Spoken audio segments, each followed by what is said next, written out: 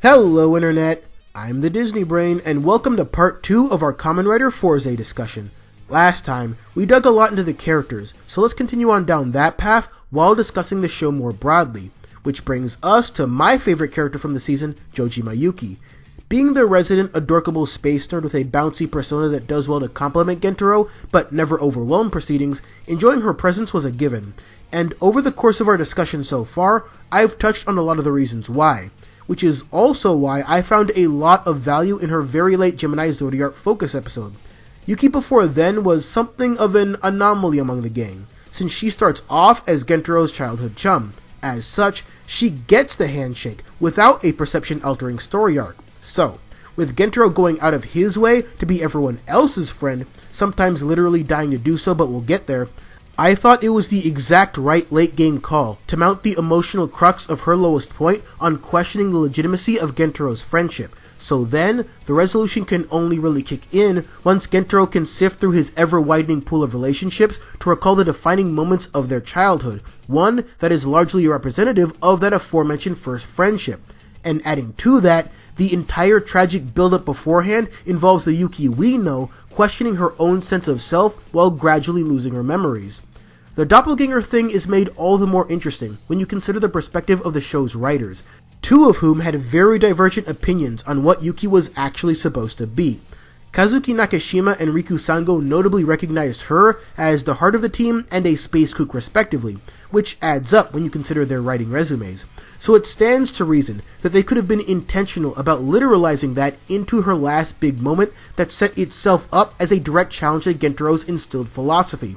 And it's easy to buy into that as having been the case when you think about how Dark Yuki does live up to the moniker, because we recall seemingly little things, like Miyu taking command of the club when Yuki felt more entitled to the role, or how she knowingly stocked the library with space books in spite of the rules against that.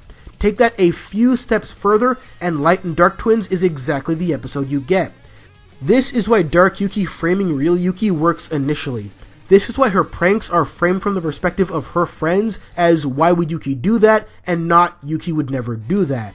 Then, you place that into the context of her being the only one here who doesn't get the early emotional in-depth metamorphosis, and it all adds up. I mean, hell, we don't even really get mentions of her equally adorable parents until Dark Yuki starts causing mischief. So everything she does, or is involved in, before that point, is everything you'd expect given her outward persona, including this gem of a two-parter where she's competing to achieve her space dreams. And as such, acting on both her and the show's philosophy towards space as not an agent of growth, but the end result of growth. So to me, it seems that the writers really thought about this, and looked to examine the first Gentaro friendship in perhaps the most obvious way, but also a very effective way. All this to say that I loved Yuki as a character and as an on-screen presence, the latter of which really applies to most of the characters here and is much harder to pull off. So hats off to director Koichi Sakamoto for that. Between how he brought the best possible life out of this cast here, and Kyoryuger later on, I hope he got a raise at some point, because to me, he is consistently one of the best things about Toku behind the scenes, be it Eastern Hemisphere or Western. Before we dig into our secondary writer for the season, I'd be remiss to not take a moment to discuss Asougi Sensei. He's fine. He's got that dorky charm used a playful effect that I can't help but like. And I do wholeheartedly love that his stance on being an educator allowed him to finagle a way to keep the KR Club under wraps by agreeing to advise it. But, taken all together, he's rather disappointing to me. And, for reasons he's not entirely to blame for, if at all, he's also indicative of one of my few issues with this season. So, in part 1, I spent a fair bit of time talking up how much I liked what Fourze did with the high school setting. It wasn't just at some school. They didn't just get detention and call it a day. It took the general ideas of both Western and Eastern institutions and effectively ingrained that into almost everything we see, from the characters and the plot. They used it as a means to funnel conflicts and concerns that kids that age would legitimately have into a Monster of the Week setup. Given those writing restrictions, among many others, that aspect of Fourze was consistently well done.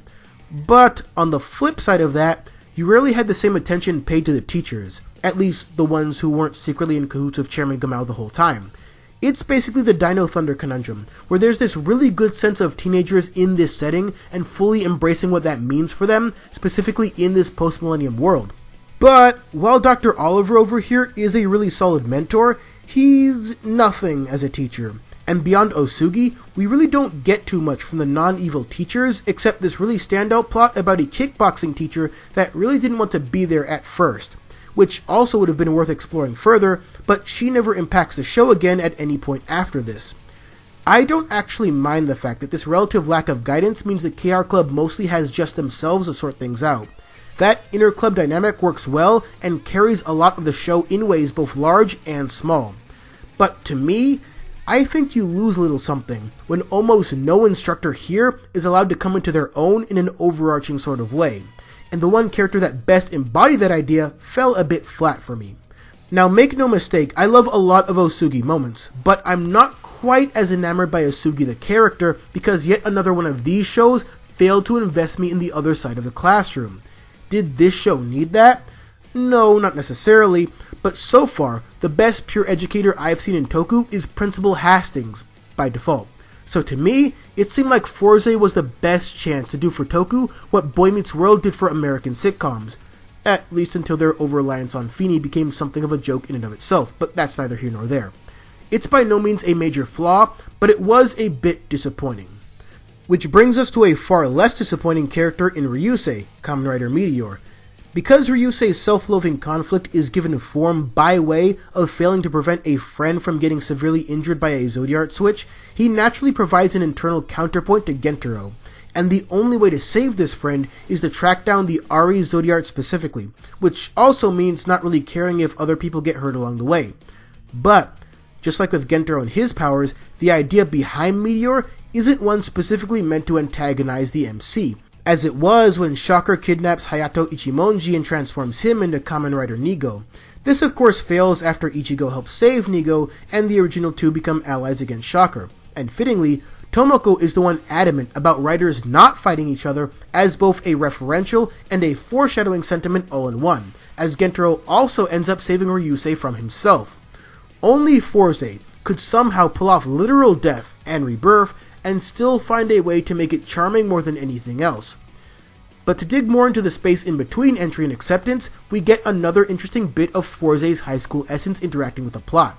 We understand inherently that for a sizable number of high schoolers, feeling like you can't really reveal yourself, be yourself, is a rough but realistic part of the experience.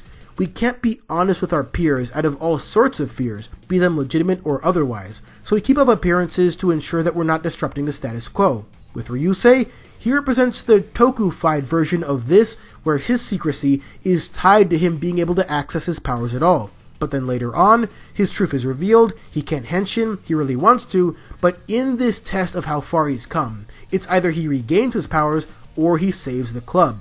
And by choosing the right thing, he of course ends up gaining both things. To sidetrack to Tachibana for just a bit, this fairly traditional setup clues us into the real motivations behind Ryusei's superpower supplier, who, unlike a lot of the show references here, is a much more direct reference to the writer Godfather of sorts. And the fact that Tachibana ends up also being Emoto, but then also ends up being Virgo, presents a neat reworking of his namesake, because he ends up being a very versatile character, one who can bounce from firm but fair instructor to Ryusei to well-meaning scientist, and then comes all the way back around to helping the enemy for a stretch. And this speaks to a lot of the ways the original Tachibana was utilized throughout his time training the legendary writers, while also providing a father figure, but also having to one time work alongside the enemy. In the Toku world, where visual pandering and not much else is the default means of bringing in whatever anniversary it happens to be, it's easy to forget that anniversaries don't have to be that. And sure, Fourze does give us that by way of its movies, but as far as the actual show goes, it chooses to highlight and pay tribute to the ideas that defined early Kamen Rider, and not just throw in some Kamen Riders at the expense of ideas, which is exactly what Dino Thunder did here in the West. And from where I'm standing, that's a much more respectful and engaging way to pay homage to any brand, by utilizing and also pushing forward the concepts behind it. Getting back to Ryusei, who surprisingly doesn't have a namesake rooted directly or indirectly in Kamen Rider lore, I find it just a bit strange that his big moment of redemption comes so close to, and as a result is somewhat undercut by, his next big moment of betrayal and redemption again. And by close, I mean literally 3 episodes later. So his whole Meteor Storm success is hardly given a moment to breathe, in a show set up to be able to place this particular pair of episodes anywhere. It's almost like the 2 most notable writers in Nakashima and Sango were writing their own version of what would ultimately define Ryusei's final step towards self and group acceptance. And given the perspective each of them took into the series, as well as their individual impressions of the series itself, you can sort of see those differences play out when you watch Nakashima's breezier early take versus Sango's relatively harsher one 3 episodes later. I think that unique possibility is wildly more interesting than the story conflict it causes, but yeah, still a bit awkwardly placed for me. It took him all this time just to settle with the idea of friendship and have that be reflected in his actions, and now he can justify outright murder some 2 days later? Regression is one thing, but this comes off like an entry from the Book of Jaden where he conveniently forgot what he already learned just because the current plot is marginally different. If they were set on conveying this specific trajectory, what they could have done is leave Ryusei powerless like Tachibana initially said would happen if he chose his friends, and then, with Ryusei still worried about his original friend, have the promise of a return to form brought about by sacrificing Gentaro. And now that he's been unable to do anything for a while, we can better understand why he might make that call despite the KR Club methodically growing on him. And then, here's the real kicker. He tells everyone in the club the truth about everything once the indecision grows on him.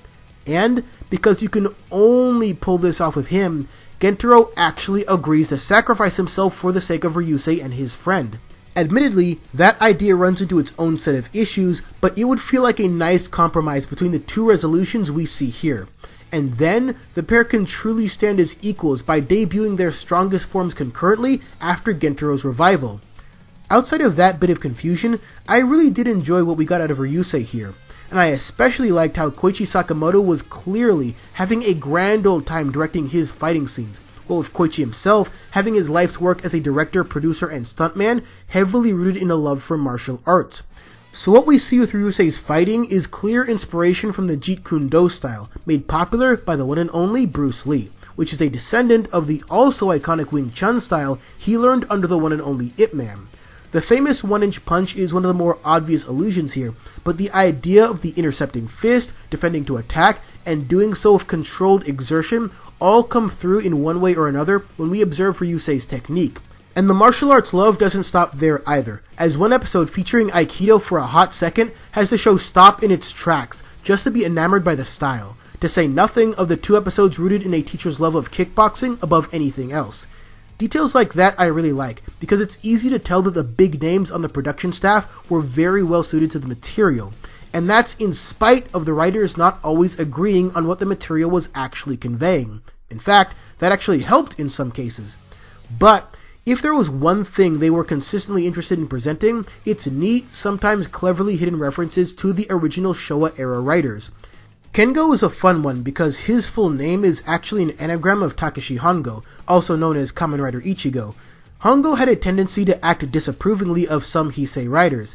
Even Wonder Child Koda had to prove himself before Hongo recognized him as a real writer. This proves to be similar to how Kengo is initially disapproving of Gentaro, and doesn't want to accept him as Fourze. This starting point leads into both characters working out their differences over time before feeling more comfortable with the notion of modern writers, or the Kamen Rider Club in this case. Moving right along to Tomoko, she is named after Daisuke Yamamoto, Kamen Rider Amazon. With her, they literally just took Amazon, spelt it backwards, and there's her last name, Nozama. It's interesting and fitting that a character whose given name is derived from the Japanese word for friend, a concept Amazon himself was very invested in, would be the bridge connecting this anniversary season about friendship to the Showa-era writers, even though her writer namesake in Daisuke has a lot more in common with Gentaro, which was likely also intentional.